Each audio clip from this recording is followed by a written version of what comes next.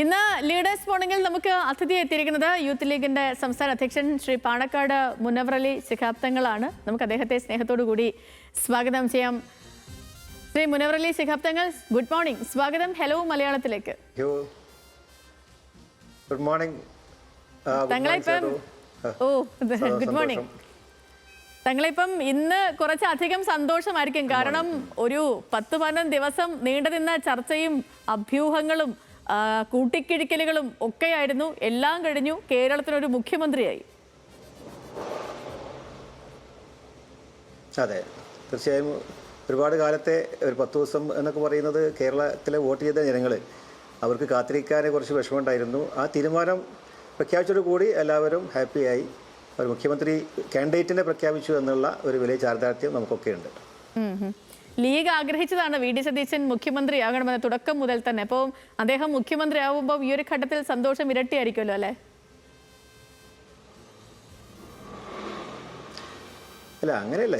League ഒരു ആളെ പറയുകയോ അല്ലെങ്കിൽ ആരുടെ പേര് നിർദ്ദേശിക്കുകയോ ചെയ്തിട്ടില്ല.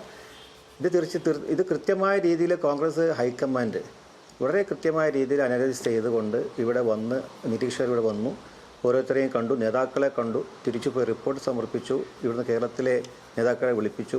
അങ്ങനെ വലിയൊരു പ്രോസസ്സ്, ഒരു കൺസൾട്ടേഷൻ നടത്തിക്കൊണ്ട് അതിൽ നിന്ന് ഉരുത്തിരിഞ്ഞ് വന്ന ഒരു തീരുമാനം എന്ന നിലക്കാണ് വി ഡി സതീശൻ അവർക്ക് ഇത് നൽകിയത്. അദ്ദേഹത്തിൻ്റെ ആ പ്രവർത്തനങ്ങൾക്കുള്ളൊരു അംഗീകാരം കൂടി ആയിക്കൊണ്ടാണ് ഞങ്ങളിതിനെ കാണുന്നത്. അദ്ദേഹം കഴിഞ്ഞ 5 വർഷം പ്രതിപക്ഷ നേതാവായി എല്ലാ അർത്ഥത്തിലും അദ്ദേഹത്തിന് പോരാടാൻ സാധിച്ചിട്ടുണ്ട്. എല്ലാ അനീതിക്കെതിരെയും ഭരണവിരുദ്ധ വികാരം കേരളത്തിൽ പ്രകടമാക്കുന്നതിനൊക്കെ അദ്ദേഹത്തിന് വലിയ രീതിയിലുള്ള പങ്ക് ഉണ്ടായിട്ടുണ്ട്. നടന്ന എല്ലാ തെരഞ്ഞെടുപ്പുകളിലും ഉപതെരഞ്ഞെടുപ്പുകളിലും അദ്ദേഹമാണ് അതിന് നേതൃത്വം വഹിച്ചത്. അതുകൊണ്ട് അദ്ദേഹത്തിൻ്റെ ഒരു കാപ്പബിലിറ്റിയും മികവും അത് തിരിച്ചറിഞ്ഞുകൊണ്ട് AICC ഹൈക്കമാൻഡ് എടുത്ത തീരുമാനം അതിനോട് യോജിച്ച് നിൽക്കുക, അത് അംഗീകരിക്കുക എന്നത് മാത്രമാണ് ഞങ്ങൾ ചെയ്തിട്ടുള്ളത്. നിശ്ചയമായും തങ്ങളിപ്പോൾ അങ്ങ് പറഞ്ഞ പോലെ തന്നെ ഇപ്പം മുഖ്യമന്ത്രിയായി ശ്രീ വി ഡി സതീശനെ തീരുമാനിച്ചത് ഹൈക്കമാൻഡാണ്. പക്ഷേ BJP ആകട്ടെ, സമുദായ സംഘടനകൾ, NSS, SNDP ഈ നേതാക്കളൊക്കെ ലീഗിനെ ചൂണ്ടി കോൺഗ്രസിനെ വിമർശിക്കുകയാണ്. വി ഡി സതീശൻ മുഖ്യമന്ത്രിയാകാൻ കാരണം ശരിക്കും ലീഗാണോ? ഇപ്പം അങ്ങ് പറഞ്ഞു AICCയുടെ തീരുമാനമാണ് എന്ന്. പക്ഷേ നിരന്തരമായി ലീഗിനെ ചൂണ്ടിക്കാട്ടി വിമർശനങ്ങൾ ഉന്നയിക്കുന്നുണ്ട് ഒരു വിഭാഗം. ഇവിടെ ഇപ്പോൾ ലീഗ് മൗനം പാലിച്ചാൽ പോലും, മുനീർ സാഹിബ് പറയുകയുണ്ടായി, നമ്മൾ മൗനം പാലിച്ചാൽ പോലും ഇത്തരത്തിലുള്ള നെറേറ്റീവ്സ് ഉണ്ടാക്കുന്നതിൽ ആളുകൾ മത്സരിച്ചുകൊണ്ടിരിക്കുകയാണ്. കാരണം കേരളം ഒരു സൗഹൃദാന്തരീക്ഷത്തിൽ വളർന്നു പോയിക്കൊണ്ടിരിക്കുന്ന ഒരു സംസ്ഥാനമാണ്. ഇവിടെ എല്ലാ അർത്ഥത്തിലും ഈ ഒരു ജനങ്ങളോടുള്ള സ്നേഹവും സഹിഷ്ണുതയും ഒക്കെ നിലനിർത്തിക്കൊണ്ട് പോകുന്ന ഈ ഒരു കേരള സാഹചര്യത്തിൽ ഇവിടെ വിവേചനവും അതുപോലെ സാമുദായിക സൗഹൃദം തകർക്കുന്നതിനൊക്കെ വേണ്ടിയിട്ടുള്ള ഒരുപാട് പരാമർശങ്ങൾ പലരും നടത്തിക്കൊണ്ടിരിക്കുകയാണ്. അപ്പോൾ അങ്ങനെ അത് നടത്തുമ്പോൾ അത് വില പോവില്ല എന്ന് കേരളത്തിലെ ഈ തെരഞ്ഞെടുപ്പ് തന്നെ അതിനെ ഉദാഹരണമായി നമുക്ക് കാണിക്കാൻ കഴിയും. അതൊരിക്കലും വില പോയില്ല എന്നുള്ളത്. അപ്പോൾ ഇവിടെ അവർക്കെതിരെ എന്ത് തീരുമാനം വരുമ്പോൾ അത് ഒരു വർഗീയപരമായുള്ള നെറേറ്റീവ് ഉണ്ടാക്കുക, അത് തീർച്ചയായും ഒരിക്കലും അത് അംഗീകരിക്കാൻ കഴിയാത്തതാണ് എന്നുള്ളതാണ് ഞാൻ മനസ്സിലാക്കുന്നത്. ഇവിടെ ഇവിടെ വി ഡി സതീശൻ മുഖ്യമന്ത്രി ആയപ്പോൾ അത് ലീഗിൻ്റെ ഒരാവശ്യം ഇവിടെ പരിഗണിച്ചു എന്ന നിലയിലാണ് ഇവിടെ ഒരു നെറേറ്റീവ്സ് ഉണ്ടാക്കുന്നത്. ഇവിടെ കേരളം മുഴുവനും വോട്ട് ചെയ്തു. ഇവിടെ വലിയൊരു ഭരണവിരുദ്ധ വികാരം ഇവിടെ ഉണ്ടായിട്ടുണ്ട്. ആ ഭരണവിരുദ്ധ വികാരത്തിന് ആ ഒരു ക്യാമ്പയിൻ ഇവിടെ നടത്താൻ വി ഡി സതീശൻ മുന്നിൽ നിന്നിട്ടുണ്ട്. അദ്ദേഹത്തിൻ്റെ മികച്ച പ്രകടനം എല്ലാവർക്കും അറിയാം. അപ്പോൾ ഇവിടെ ഈ കേരളത്തിൽ ഉണ്ടായ ഈ ഇലക്ഷൻ അത് ജനാധിപത്യപരമായ പ്രോസസ്സാണ്. ഇവിടെ എല്ലാവരും വോട്ട് ചെയ്തുകൊണ്ടാണ് ഇവിടെ ഇങ്ങനെയുള്ള ഒരു വിജയം ഉണ്ടായിട്ടുള്ളത്. 102 സീറ്റ് കേരളത്തിൽ UDF നേടുമ്പോൾ അതിലെല്ലാ വിഭാഗങ്ങളും വോട്ട് ചെയ്തുകൊണ്ട് ഇവിടെ വലിയൊരു വിജയം ഉണ്ടാക്കാൻ സാധിക്കുകയും അത് കേവലം ഒരു കമ്മ്യൂണിറ്റിയുടെ മാത്രം താല്പര്യം കണക്കിലെടുത്തുകൊണ്ട് ഇവിടെ മുഖ്യമന്ത്രി ആവാൻ ഇവിടെ ആർക്കും മുഖ്യമന്ത്രിയാക്കാൻ ആർക്കും സാധിക്കില്ല. അത് ജനങ്ങൾക്ക് തിരിച്ചറിയാൻ കഴിയുന്ന ഒന്നാണ്. അപ്പോൾ അതുകൊണ്ട് ഇതൊരു ജനവികാരവും സംഘടനയുടെ ഉള്ളിലുള്ള തീരുമാനത്തിൻ്റെ അടിസ്ഥാനത്തിൽ ഉണ്ടായ ഒരു തീരുമാനം എന്നതിൽ അപ്പുറം ഇവിടെ ഒരു രീതിയിലുമുള്ള പ്രേരണയോ പ്രഷറോ ഉണ്ടായിട്ടില്ല എന്നുള്ളത് നമുക്ക് വ്യക്തമായി പറയാൻ എനിക്ക് സാധിക്കും. നിശ്ചയമായും തങ്ങൾ ഇനിയിപ്പം ഈ നമ്മുടെ വിവാദങ്ങൾക്കുള്ള സമയമൊക്കെ കഴിഞ്ഞു.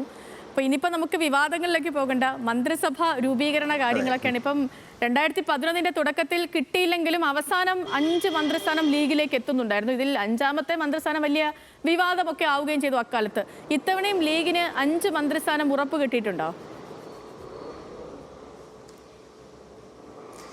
ഇവിടെ എത്ര മന്ത്രിമാർ, 6 മന്ത്രിമാർ എന്നല്ല പ്രസക്തി.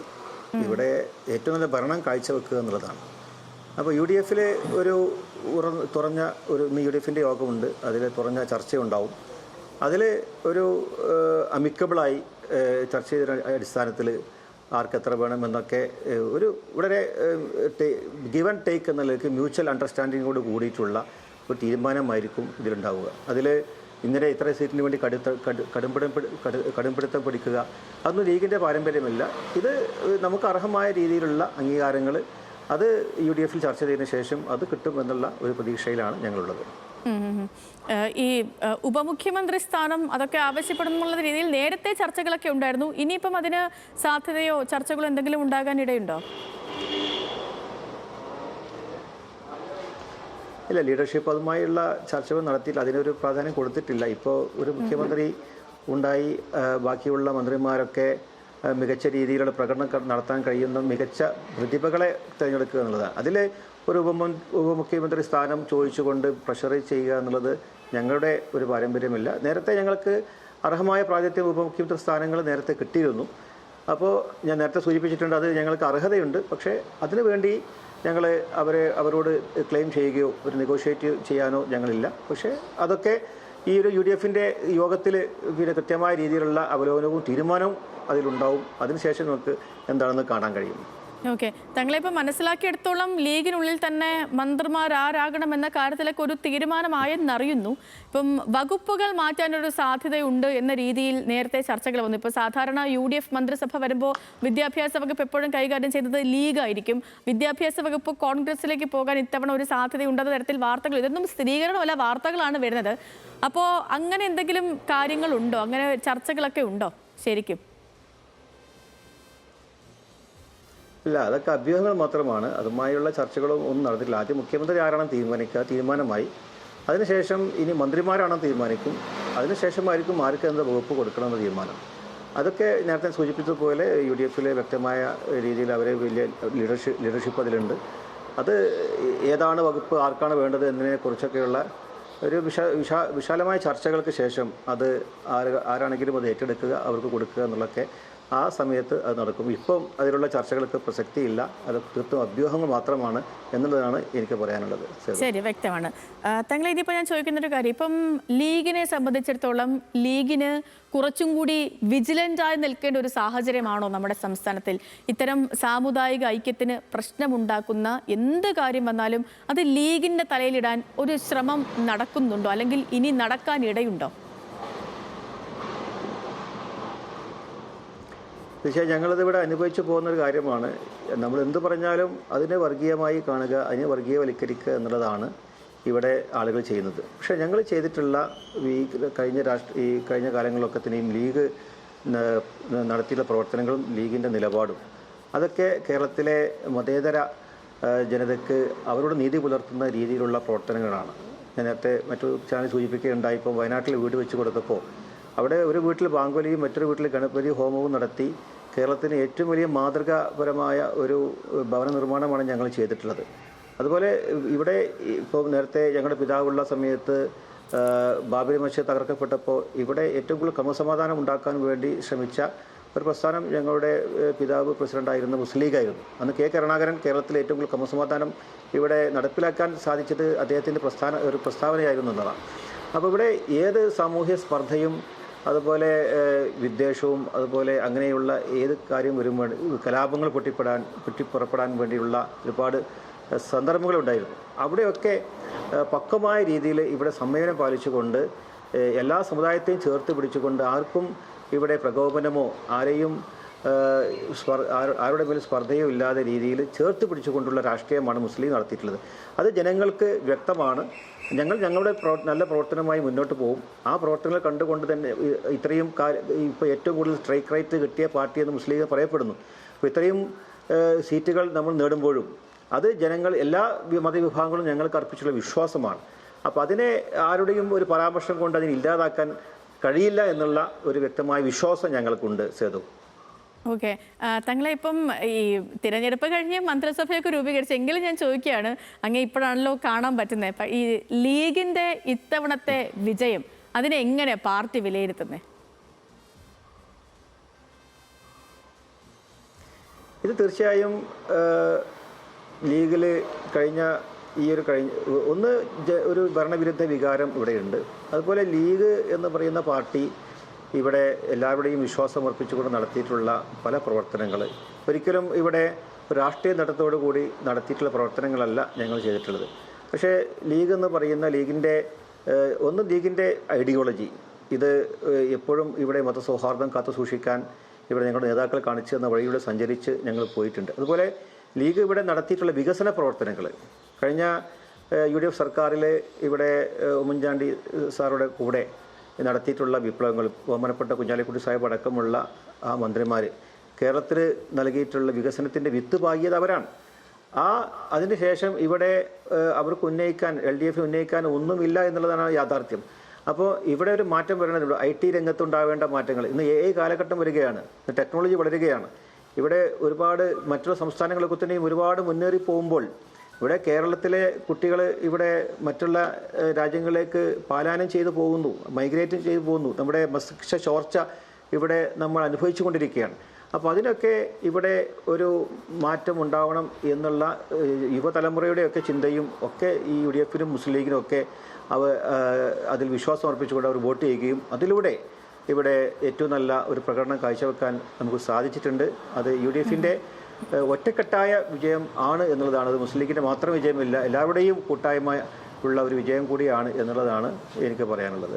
ഓക്കെ, ഇപ്പം പാർട്ടി കോട്ടകളിലെ വോട്ടിന് പുറമെ, വോട്ട് ചോർച്ചയ്ക്ക് പുറമെ കേരളം മുഴുവൻ അലയടിച്ച ഒരു ഭരണവിരുദ്ധ വികാരമാണ് ഇത്രയും വലിയൊരു തോൽവിക്കിടയാക്കിയതെന്നാണ് CPIMൻ്റെയും ഇടതു മുന്നണിയുടെ ഒക്കെ വിലയിരുത്തൽ. പക്ഷേ ഇപ്പം CPIM പ്രതിപക്ഷ നേതൃസ്ഥാനത്തേക്ക് നിശ്ചയിച്ചത് പിണറായി വിജയനെ തന്നെയാണ്. ഇന്നലെ കേരളത്തിനൊരു മുഖ്യമന്ത്രിയും പ്രതിപക്ഷ നേതാവിനെയും കിട്ടിയ ദിവസമാണ്. പ്രതിപക്ഷ നേതൃസ്ഥാനത്തേക്ക് മറ്റൊരു മുഖം പ്രതീക്ഷിച്ചിരുന്നു അങ്ങ്?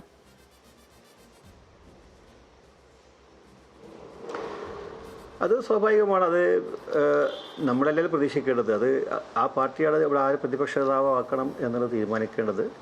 അപ്പോൾ നേരത്തെ മുഖ്യമന്ത്രി ആയിരുന്ന ആൾ പ്രതിപക്ഷ നേതാവാകുമ്പോൾ അതിൽ പ്രത്യേകിച്ച് ഞങ്ങൾക്കത് ആശങ്കയുമില്ല. അത് അദ്ദേഹത്തിന് നല്ല പ്രതിപക്ഷ നേതാവാകാൻ കഴിയട്ടെ എന്ന് ഞങ്ങൾ ആശംസിക്കുകയാണ്. നല്ല ഒരു പോരാട്ടം. കാരണം പ്രതിപക്ഷം അവരുടെ ക്രിറ്റിസിസവും അവരുടെയൊക്കെ വിമർശനവും ഒക്കെ ഉൾക്കൊണ്ടുകൊണ്ടുള്ള ഭരണം, അതാണ് തത്വത്തിൽ ഒരു ജനാധിപത്യം എന്ന് പറയുമ്പോൾ ഏറ്റവും നല്ല ഒരു പ്രതിപക്ഷം ഉണ്ടാകുമ്പോഴാണ് ഏറ്റവും നല്ല ഭരണം കാഴ്ചവെക്കാൻ സാധിക്കുകയുള്ളൂ. അപ്പോൾ ആ രീതിയിൽ നല്ല ഒരു ആരോഗ്യപരമായ ഒരു ജനാധിപത്യ രീതിയിൽ നമുക്ക് ഈ ഭരണത്തെ കൊണ്ടുപോകാൻ സാധിക്കും എന്നുള്ളതാണ് അദ്ദേഹത്തിൻ്റെ ഈ ഒരു സ്ഥാനലബ്ധിയിലൂടെ എനിക്ക് മനസ്സിലാക്കാൻ സാധിച്ചിട്ടുള്ളത്. ഓക്കെ, തങ്ങളെ ഒരു കാര്യം കൂടി ചോദിച്ചാൽ ഞാൻ അവസാനിപ്പിക്കാം. ഇപ്പം ഇന്ദിരാ ഗ്യാരണ്ടി ആയിരുന്നു ഇത്തവണ UDFൻ്റെ പ്രചാരണത്തിൻ്റെ കുന്തമുന. തുടക്കത്തിൽ കയ്പുനീർ കുറച്ച് കുടിക്കണം എന്നൊക്കെ AK ആന്റണി ഒക്കെ പറഞ്ഞു. ജനങ്ങൾക്ക് നൽകിയ ഈ വാഗ്ദാനങ്ങൾ പാലിക്കാൻ UDF സർക്കാരിന് കഴിയുമോ? തീർച്ചയായും UDF നടത്തിയിട്ടുള്ള വാഗ്ദാനങ്ങൾ അത് പാലിക്കാൻ അത് UDFന് സാധിക്കും എന്നുള്ളത് തന്നെയാണ് ഞങ്ങൾ വിശ്വസിക്കുന്നത്. കാരണം അത്രയധികം അത്രയും വോട്ട് ചെയ്ത ജനങ്ങൾ, അവരോട് ഞങ്ങൾ പ്രോമിസ് ചെയ്ത ഒരു പ്രോമിസ് ഉണ്ട്. അത് നിറവേറ്റുക എന്നുള്ളത് ഞങ്ങളുടെ ബാധ്യതയാണ്. അതെന്ത് വില കൊടുത്തും ആ ഒരു പ്രോമിസ് നമ്മൾ പാലിക്കപ്പെടും. അത് തീർച്ചയായും ആ ഗ്യാരണ്ടികൾ ഇവിടെ നിർവഹിക്കപ്പെടും. അത് യാതൊരു വിട്ടുവീഴ്ച ഉണ്ടാവില്ല എന്നുള്ളത് തന്നെയാണ്. UDF ഒക്കെ ആ തീരുമാനത്തിൽ തന്നെ ഉറച്ചു നിൽക്കുന്നു എന്നുള്ളതാണ് എനിക്ക് മനസ്സിലാക്കാൻ സാധിച്ചിട്ടുള്ളത്. ഓക്കെ, തങ്ങളിപ്പം ഒരുപാട് സന്തോഷം ഞങ്ങൾക്കൊപ്പം ജോയിൻ ചെയ്തതിന്. അങ്ങേക്ക് നല്ലൊരു ദിവസമാകട്ടെ ഇത് എന്ന് ആശംസിക്കുന്നു. ഒപ്പം തന്നെ ഇനി അടുത്ത 5 വർഷം UDF മന്ത്രിസഭയ്ക്കൊപ്പം ചേർന്ന് ലീഗിൻ്റെ ഇത്തവണത്തെ ടീം UDFൻ്റെ വിജയത്തിൽ ലീഗ് വഹിച്ച പങ്ക് നിസ്തുലമാണ്, ഒരു തർക്കവുമില്ല. അതേപോലെ മികച്ച ഭരണവും നടത്താൻ മുന്നണിക്കൊപ്പം നിന്ന് കഴിയട്ടെ എന്നുകൂടി ആശംസിക്കുകയാണ്. താങ്ക് യു, സന്തോഷം. ഓക്കെ തങ്ങളെ, ശരി.